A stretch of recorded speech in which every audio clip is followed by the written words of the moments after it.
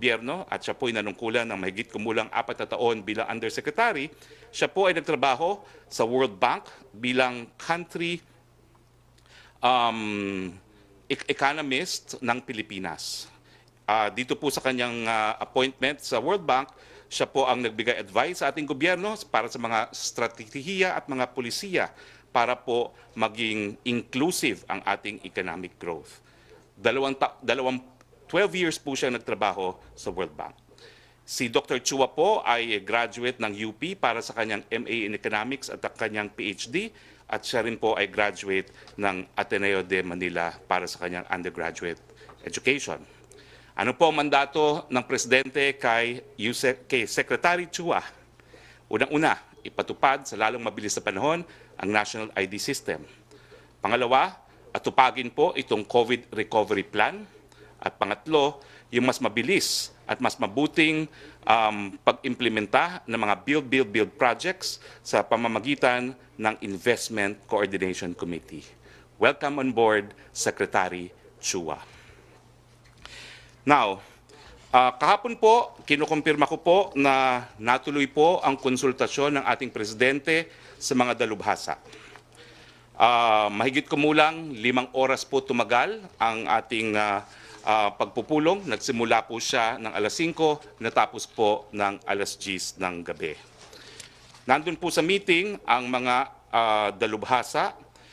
Nandun po ang mga dating Secretary of Health, pinamumunuhan po ni Secretary Esperanza Cabral, Secretary Janet Garil, Secretary Galvez at ni Secretary Jaime Galvez. Nandun din po si Dr. Susan Mercado, si Dr. Anthony Liachon, Dr. Annalisa J. Ong Lim, Dr. Marisa Alejandra, Dr. Catherine Anvi Reyes, and si Dr. Mahar Lagmay na ating bisita po ngayon sa ating briefing.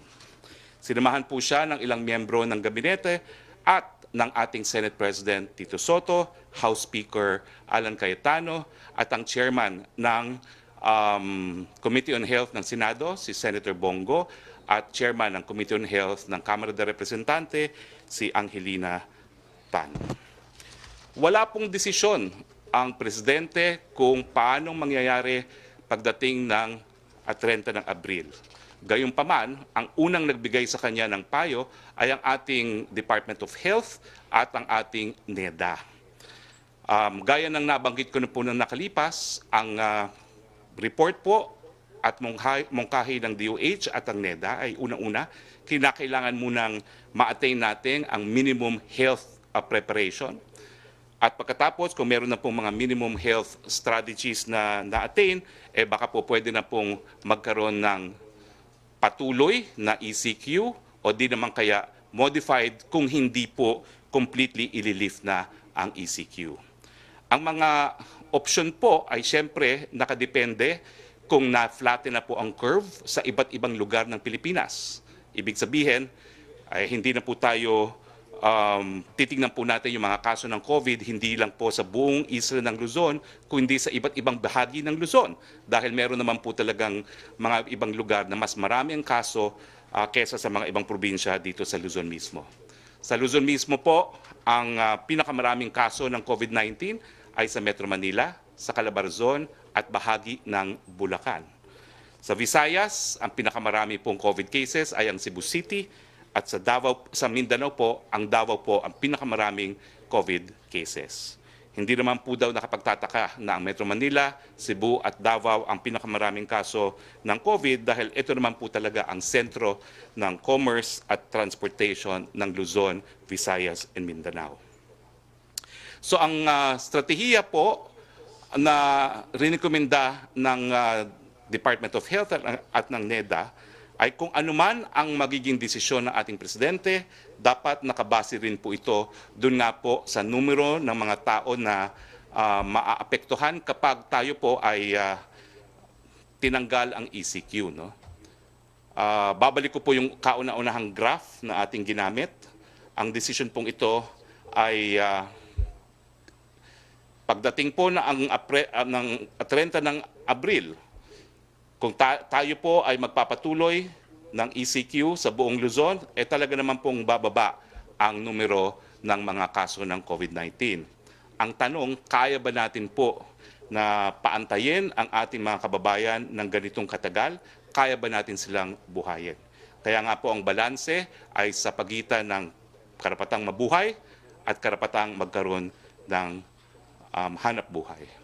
Ulitin ko po, ang basihan ng rekomendasyon ng NEDA at ng DOH ay unang-una, tignan kung ano yung mga kaso sa iba't ibang geographical areas ng Luzon at dun sa mga lugar na either hindi masyadong mataas or wala, siguro po pwedeng ikonsidera na i-modify o di naman kaya itigil ang ECQ. Pero dun po sa mga matataas ang kaso ang COVID, kinakailangan pong itimbang pa rin yung karapatang mabuhay sa karapatan ng magkaroon ng hanap buhay. Now, bukod po sa ating DOH at sa NEDA, syempre po kinonsulta niya ang mga dalubhasa na inisa-isa ko po. No? Ilan po dun sa mga significant na recommendations, no, ng mga umapir bilang resource persons, si Secretary Garin po, ang sabi po niya, dapat siguro nga pag-aralan kung nasaan yung mga lugar ng pinakamaraming COVID cases at yung mga lugar na yon, ipagpatuloy nga po ang ECQ dahil sa kanyang paningin, importante na yung mga ayuda na binibigay natin sa lugar na merong ECQ ay talagang mapunta lamang doon sa mga apektado ng COVID-19. Ngayon po daw kasi, ang kanyang obserbasyon, lahat ay nabibigyan ng ayuda miski doon sa mga lugar na kakaunti lamang o kung wala man ang kaso ng COVID-19. Si Dr. Galvez po ay nagsabi po ng Jaime Galvez ay nagsabi po na kinakailangan magkaroon ng isang comprehensive communication plan para po dito sa hinaharap nating problema. Ang sabi rin po niya, kinakailangan na magkaroon ng research-based health surveillance program. At kinakailangan din daw po na magkaroon tayo ng distinction between dun sa mga areas na red or critical dahil marami pong COVID cases at yung mga areas na light red o hindi masyadong critical na mga areas. Minungkahi rin po niya na bukod po sa PCR at saka sa rapid testing kits, gamitin din po natin ang X-ray, no? At iba pang mga bagong teknolohiya para po ma-determine kung merong ng COVID ang isang tao. Now, isa po sa nagpresenta rin kahapon ay si Dr. Mahay Lagman at siya po ay nagpresenta on behalf of the whole UP system. Ang sabi po niya mula UP Mindanao hanggang UP Baguio. Now, dahil nag-request naman po ang ating NEDA at DOH na wag munang isapubliko kung paano yung suggested framework nila na gagamitin ng ating presidente para magdesisyon kung babaguhin o ipagpapatuloy ang ECQ, humingi naman po ako ng abiso sa ating presidente kung po pwede naman nating i-allow si Dr. Lagmay na magpresenta dahil ito naman po ay isang report galing din sa lahat ng dalubhasa ng UP system na merong mandato po sa batas na bumubuo ng UP bilang isang national university na magbigay ng ganitong tulong sa ating republika. So mga kaibigan, nais ko pong ipakilala sa inyo ang aking kaibigan, Dr. Mahar Lagmay. Siya po ay produkto ng UP nung kanyang undergraduate at ang kanyang PhD work po ay galing po sa Cambridge University. Siya rin po ay isang founder, gaya ko, ng Pinoy UK, isang asosasyon po ng mga nag-aral sa Inglaterra. Dr. Lagmay, please.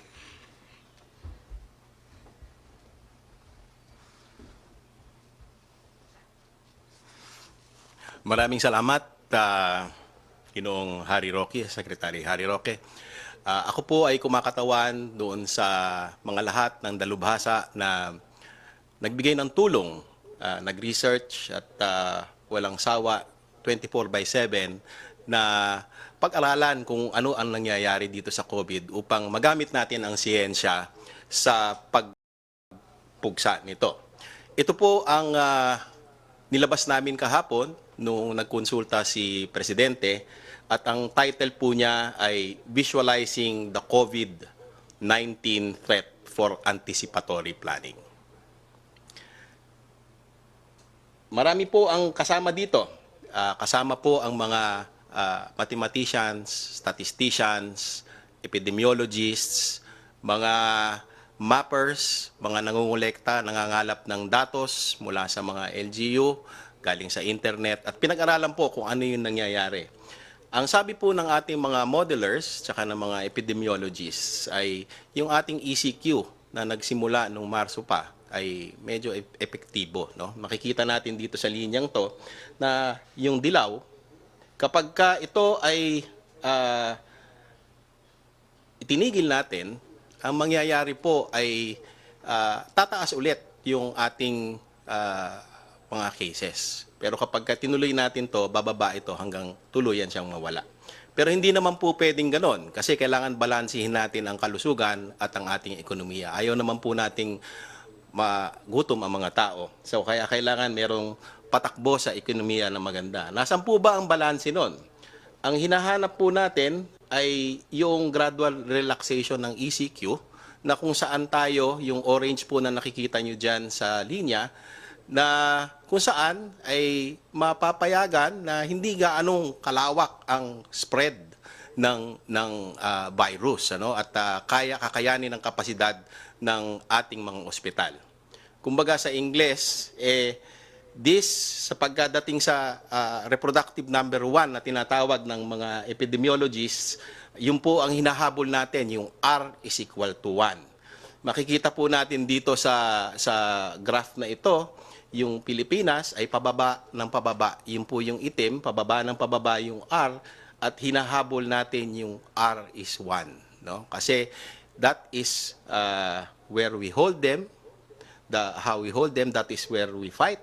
At saka yan po yung kailangan natin para pigilan ang spread ng COVID virus. Mas maganda na mas mababa po sa 1. So yan ang magic number, R is to 1. Kung ikukumpara po natin yung graph doon sa Korea at Singapore, medyo maganda po ang performance at dulot na rin yan noong ating ECQ. Kung kukumpara naman sa mga ibang bansa, makikita din natin dahil sa ECQ ay may nakikita na tayong trend, no? Bagamat kung meron magtatanong kung tama ba yung statistics niyan, ay meron pong sample set na pwede rin natin makita na magbibigay sa atin ng ideya na kung epektibo po yung ating ECQ o hindi. Meron din po tayong mga tinitignan na mga bagong mga pamamaraan para makita natin kung nasaan ang threat ng COVID. No? Hindi naman po buong Pilipinas ang merong COVID.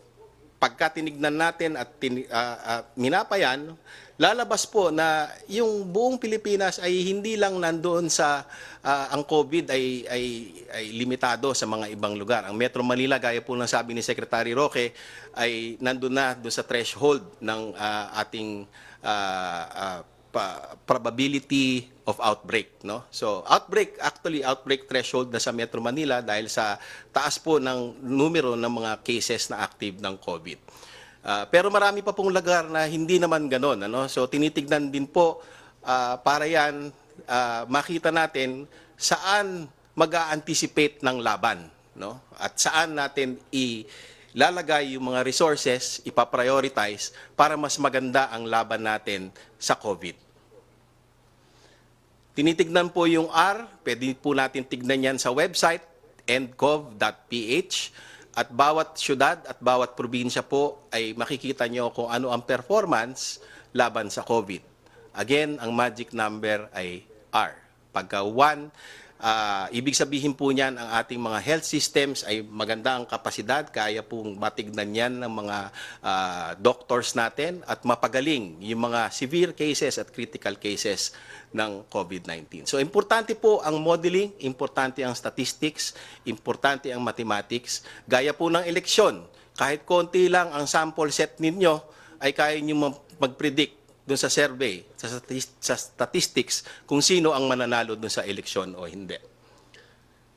Nung tinignan din po yung mga number ng mga schools, no?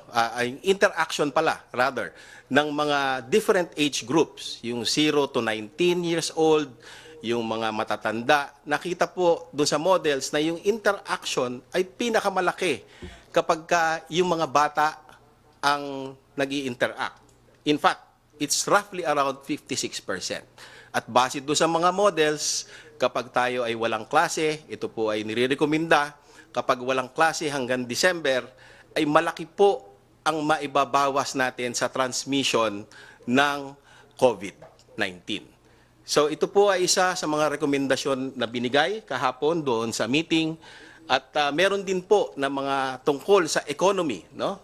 Meron po tayong mga important sectors for rebooting the economy.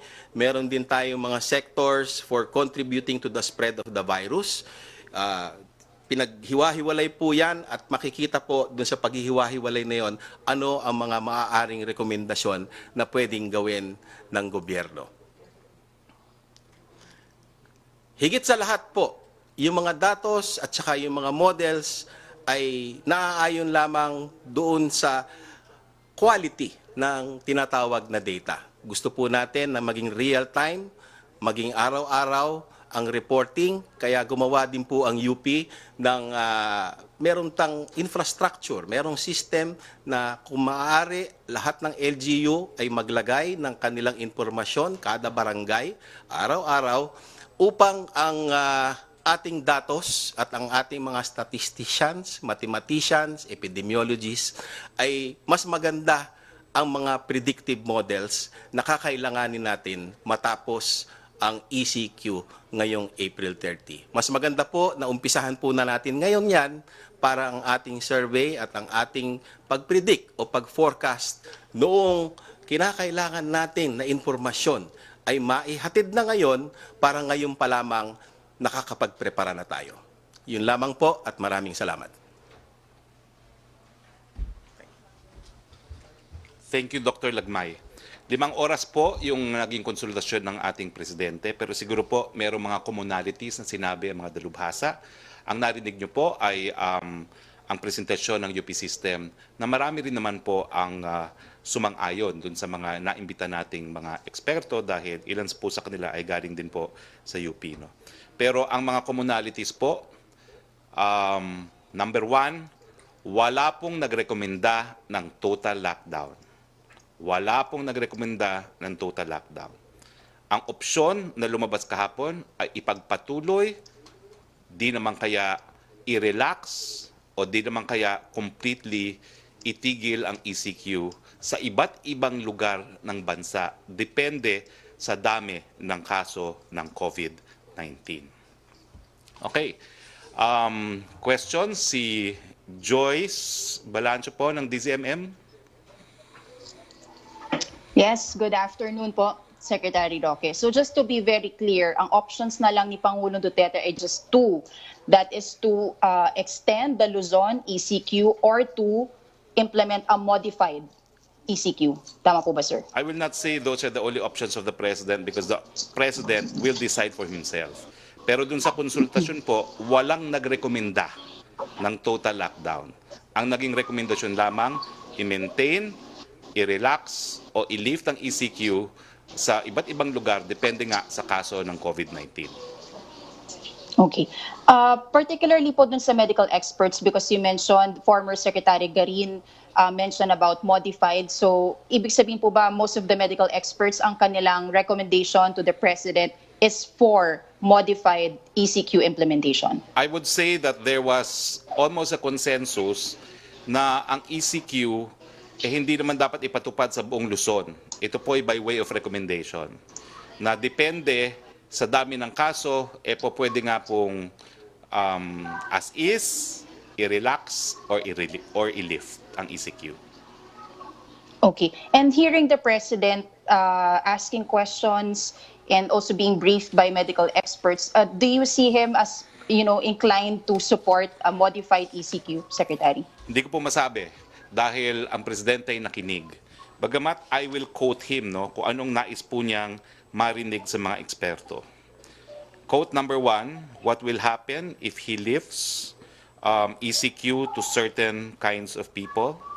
What good will lifting or relaxing ECQ give to certain sectors of society?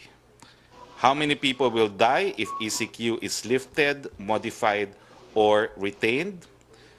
is there a possibility of a second wave or second wave of COVID if ECQ is relaxed or lifted? And finally, he said that if people are allowed to go out of their homes, is there a danger for the disease to spike anew, or is this just really round one of COVID?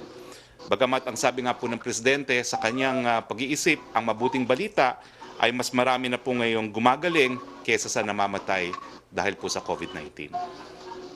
Opo. Yun ang mga nabanggit po ninyo na questions quoting President Duterte. Ito po yung mga kung saan siya nakulangan po, no? Kasi sabi po ni IATF spokesperson Carlo Nograles, he tossed back to IATF at inutusan niya na mag-usap pa kayo kasi may mga hinihingi pa siya. So ito po yung mga nabanggit ninyo na hinihingi pang information ni Pangulong Duterte. I quoted the President po verbatim.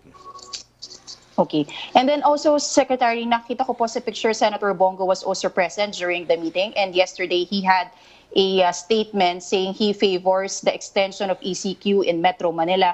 Was it also discussed during the meeting? And what were the President's thoughts on this? Wala pong desisyon at hindi po nagsalita ang Presidente. Ang sabi nga po niyang Presidente, ang kanyang desisyon may come today or it may come on April 30. Kasi kung ano man ang desisyon niya, baka mga tao ay lumabas sa kanilang mga bahay. No? Pero ang malinaw nga po ay wala pong nag-recommend na ang ECQ ay ipatupad sa buong Luzon.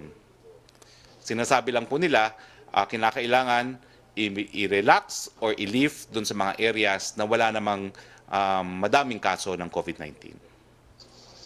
Sir, after medical experts, si Pangulong Duterte, may balak ba siya makipag-meet with, at least for the private sector or business sector groups? Kasi sila din, they have a proposal on ECQ. Nadinig na po ni Presidente ang proposal ng private sector dahil nagkaroon na po ng briefing si Presidential Advisor on Entrepreneurship, si Secretary Joey Concepcion. At hindi naman po malayo ang rekomendasyon ni Secretary Concepcion. No? Sa kanya po, hindi rin tama na ipagpatuloy ang ECQ sa buong Luzon. At ang suggestion po ng pribadong sektor ay pag-aralan siguro, no, maski sa Metro Manila, kung ano yung mga barangay na mataas talaga ang kaso ng COVID-19 at ipagpatuloy ang ECQ dun sa mga barangay na mataas po ang bilang ng COVID-19. Okay, sir, last from me na lang po, did he give a deadline to IATF sa, paggagawa ng meeting and providing him with information he needs in order for him to make the decision? Well, it's an open-ended deadline kasi nga po ang sabi ng Presidente, he can decide today, he can decide on April 30. So until the President actually makes the decision, pwede pa po lahat ng taong gobyerno na magbigay ng suggestion. Thank you so much, Secretary Roque. Rocky? Okay, good afternoon, Secretary Roque. Question from Chona Yu of Radyo Inquirer. Inulit lang po niya yung napag-usapan daw po, ano daw po yung napag-usapan na meeting kagabi at ano daw po yung directive ni President Duterte. Nasagot na po natin yan. Next question po. What is the decision of the President on the recommendation of Finance Secretary Dominguez to resume POGO operations? Wala pa po. No? In fact, kahapon po hindi po napag-usapan yan. No? Pero yung pagbubukas po ng POGO ay kabahagi po yan doon sa suma total na dapat desisyonan ng Presidente. Dahil matapos po tanungin kung ganong kalala ang problema sa COVID sa isang partikular na lugar, meron nga pong mga question na dapat sagutin. Ano yung mga industriya na dapat buksan? At ang dapat buksan po, gaya nung nakita nyo sa slide ni Dr. Lagmay, may mga industriya naman na low risk sa population at low risk din naman pero high impact on the economy. No?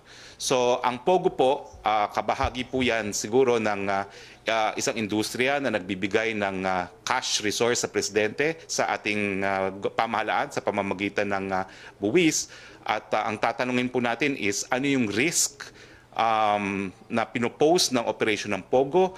Mababawasan ba yung risk ng pagkalat ng sakit sa pamamagitan ng social distancing at po pwede bang mag-work from home yung mga POGO industries na yan? Si Trish Terada ng CNN Philippines. Secretary, good afternoon po. Sir, part of the recommendations, or at least dun sa na-discuss ng experts, before the ECQ can be lifted, or at least yung recommendations din ng World Health Organization, there should be minimum threshold or minimum requirements na kailangan ma-meet in terms of preparations. Sir, can we say now that in terms of what we have, in terms of the supply of PPE test kits, ready na po ba tayo? At least lang dun sa level na yun, sir, sa health requirements. Siguro para maintindihan ng taong bayan yung sinasabi mo, babalik ko yung graph, no? Kasi yung graph na unang pinagbabasihan natin, no? Meron ditong linya na flat, no? Yung linyang flat na yan, ang goal natin is number one, to flatten the curve, pababain yung numero ng COVID cases. Pero yung dotted lines, yan po yung kapasidad ng ating health industry para magbigay ng medical treatment sa mga nagkakasakit ng COVID, no? So, makikita po natin na as a basis for rational decision, no, matapos ang ECQ natin sa 30, po pwede sigurong magkaroon ng modified. Bakit po? Dahil itong sa yellow line naman, nakikita natin na bagamat tataas ang kaso ng COVID, sapat naman po ang kahandaan ng ating health sector para magbigay lunas doon sa mga magkakasakit. Yan po yung yellow line.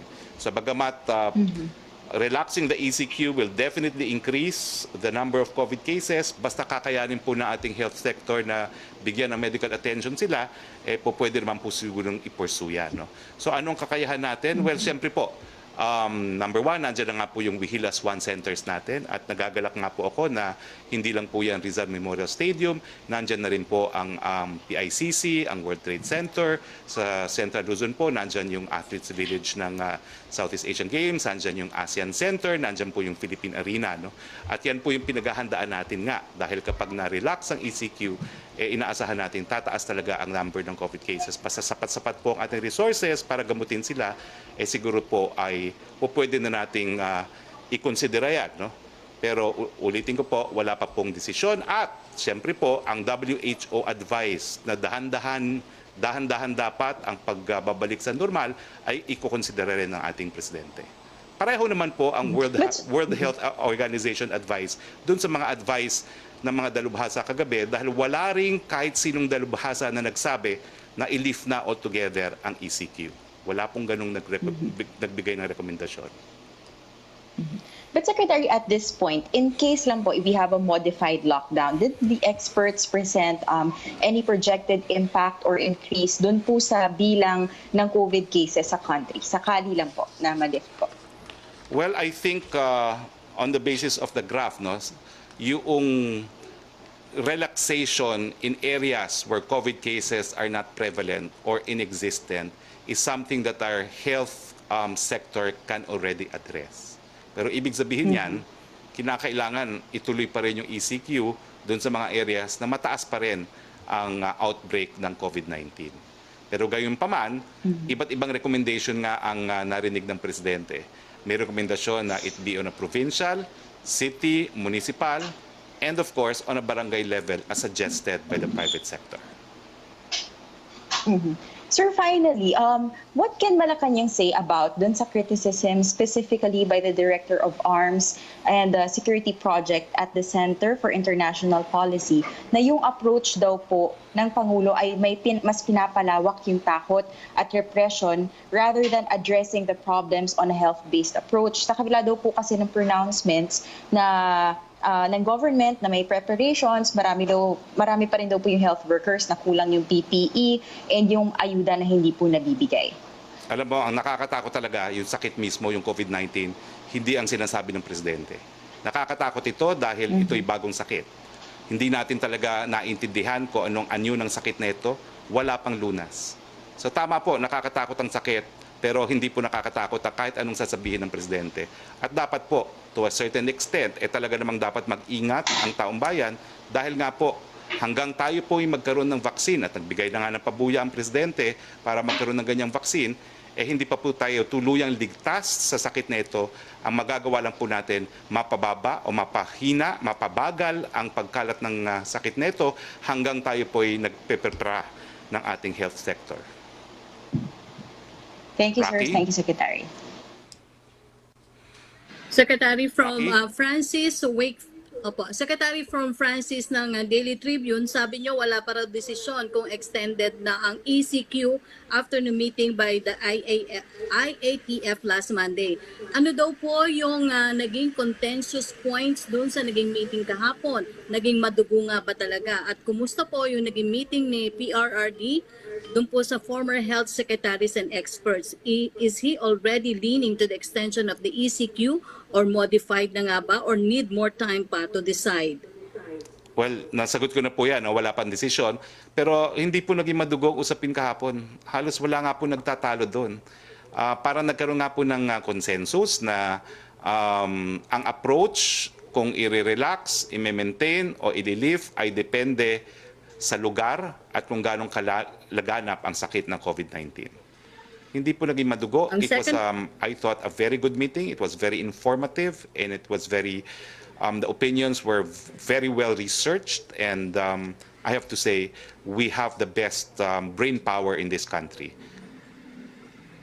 Okay, ang second question niya, Secretary, kung present daw ang economic team regarding sa economic losses as a result ng lockdown, may report na ba na ibigay kay President Duterte? Wala pa po, no? Talagang pinag-aaralan pa yan para malaman kung ano talaga yung eksaktong impact, no? Pero ang na-anunsyo po kahapon ay talagang bumaba po ang koleksyon ng gobyerno, no? At ito po ay inanunsyo ni Secretary Dominguez, no?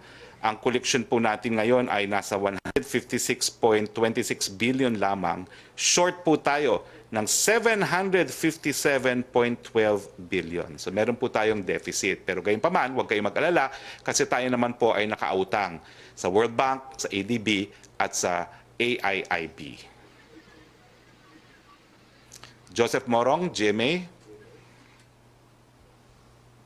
Hi sir, good morning. Good morning. Good afternoon pala. Good afternoon. Sir, okay, dun po sa presentation ni Dr. Lagmay, no, he said that the NCR is at a outbreak threshold. What does he mean by that, sir? Yan po yung napakadaming kaso talaga ng COVID-19. At yung outbreak threshold po, yan po yung mga lugar na posibleng dapat ipatuloy ang ECQ. Okay, so my question now, sir, is the National Capital Region a good candidate for a modified quarantine? Well, sa opinion po ng dalubhasa at mukha naman meron din consensus dahil meron pong outbreak sa NCR, mukhang candidate po siya. Ang pinag-uusapan na lang, anong basihan? Ang suhestyon ng private sector on a barangay basis, ang suhestyon ng ilan sa IATF, buong Metro Manila, pero hindi lang naman po Metro Manila ang pinag-uusapan. Nandyan din po ang Cebu City, nandyan din po ang Davao City. All right, sir. Clarification, candidate siya for a modified quarantine. So out of the question yung extension? Well, hindi po. Ang sabi ko nga po, ang consensus ay depende po sa dami ng kaso. Yun po ang rekomendasyon. Now, ang hirap po Okay. sagutin nung it's it out of the question. Hindi po. Anything is possible because only the President can decide.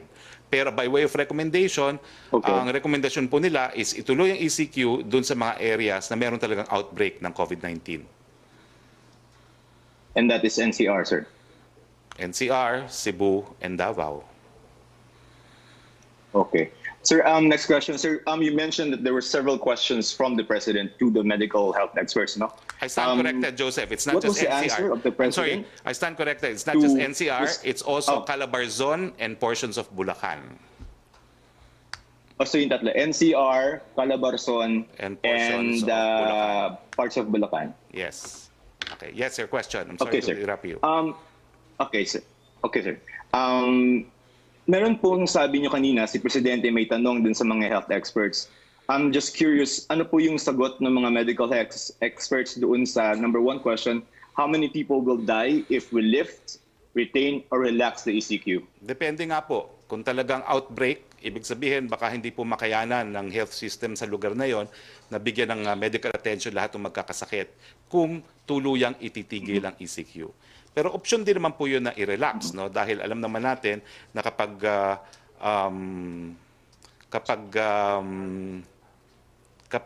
tinigil, tuluyang tinigil, talagang magsushoot up ang cases, pero pag relax, hindi naman ganun krami. Let me make a correction. Baliktad yung aking binasa.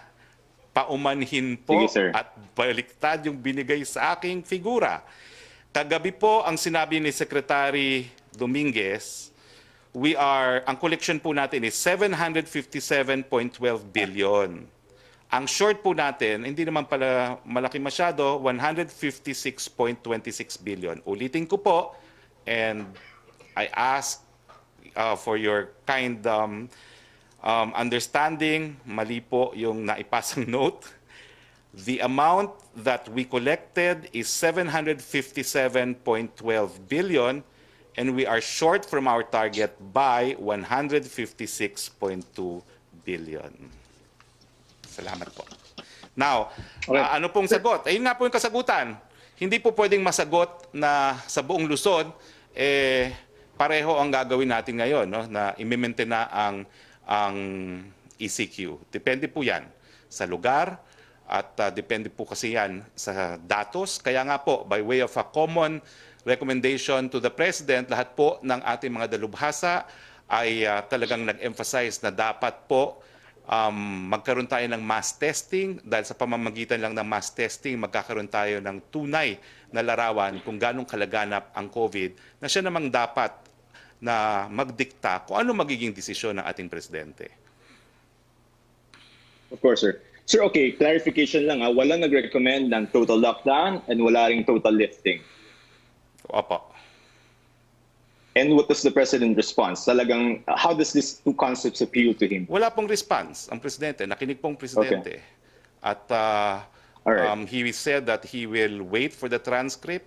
He will look at the recommendation of IATF. He will look at the recommendation of WHO and the recommendation of the experts, and he will make a decision. Sir, just one last question on this. No, I'm on the website of UP, and ang sabi dito yung pandemic response team is recommending a graduated activation after April 30. What does the palace think about this? Well, the president will consider that, no? And ang sinasabi ko nga, marami ring eksperto na ganyan ang rekomendasyon. Graduated, meaning hindi complete lifting, hindi rin complete status quo. Pero sir, tingin mo ba delikado pag i-lift sa NCR? Ay, di ko po alam, di ako eksperto at babayaan ko na po si Presidente maggawa ng ganyang desisyon. Ayaw ko pong gumawa ng ganyang desisyon. Wala po akong kakayanan at hindi po ako binigyan ng taong bayan ng mandato para gumawa ng ganyang desisyon. Tanging Presidente lang po ng Pilipinas ang binigyan ng ganyang mandato. Sir, may pinapatanong lang si Alexis, no? Elaboration daw po dun sa suspension ng classes until December. What does the palace think about this? Rekomendasyon po yan ng UP. Wala pa pong desisyon ng Presidente. Bagamat alam naman po natin na halos lahat po ng eskwelahan ngayon na hindi na natapos ng semestre. Pero ang datos po ng UP, yung mga kabataan, sila po yung talagang nakikihalubilo, lalong-lalo na dun sa mga specially vulnerable groups gaya ng mga senior citizen. So malaki po ang maitutulong sa pagbagal ng kalat ng sakit kung isususpinde ang mga klase hanggang college level. Although Okay, sir. Thank you for your time, meron sir. ding isang eksperto na nagsabi kagabi na alalahanin po niyo na kapag sinuspenyo ang klase, wala ring mga medical students na mag-graduate. Sa panahon na kailangan din natin ng mga medical graduates at saka yung mga nursing graduates at yung mga medical allied professionals. So, tignan po natin, baka magkaroon din ng ibang desisyon pagdating dito sa mga kinakailangan nating mga health workers. Sir. Thank you, sir, for your time. Thank you po. Si Roque. Okay, Secretary, from Chris Jose ng Remate, napaulat po na may mga peking ID na may pirma po ni Pangulong Duterte ang nagkalat sa ngayon at ibinebenta daw po ito ng 1,000 to 3,000 para daw makalusot sa mga quarantine checkpoint. Sinasabi nga di umano galing daw po sa Presidential Task Force on Moral Recovery ang nasabi nga peking ID. Ano pong hakbang na gagawin ng Malacañang dito para matigil na imbentahan ng peking ID at aksyon para dun sa mga nakabili o bumili ng peking ID? Panawagan po o payo sa mga publiko hinggil po sa ganitong panluloko ng ilang habang nasa krisis ang bansa dahil sa COVID-19. Inaatasan po ng Pangulo ang PNP at ang NBI na imbestigahan itong mga anomalyang ito. Ito po'y krimen. Ito po'y falsification of public document at ito po'y estafa dahil sila po'y nagbebenta. So habulin po yung mga kriminal na yan at ikulong. From Belia Cariaso ng Bandera, pwede pong malaman ang individual position ng mga dating DOH secretaries na umattend sa meeting with the President. Ano po ang mas lamang sa recommendation ng mga dumalong experts? Hindi naman po sila nagkakaiba, bagamat ang pinakamahabang recommendation ay si Dr. Galvez, no? Dahil siya ay isang community health expert, no? Ang pinaka-importanting suggestion nga niya ay yung pagbubuo ng national, ano nga ba yung sinabi ko kanina? National Health Surveillance, no? At yung paggamit din ng X-ray, no? At saka yung posibilidad na since bumisita naman yung mga Chinese experts dito, ay ikonsidera rin natin yung alternative medicine, no? Kasabay ng Western medicine sa paggamot ng COVID-19. Yun lang po. Okay, from Jonah Giolagon ng Asahi Shimbun, tell us more about the President's phone conversation with President Trump. What kind of cooperation to fight COVID are we looking at? Was there any mention of China and Beijing's supposed responsibility in spreading the virus?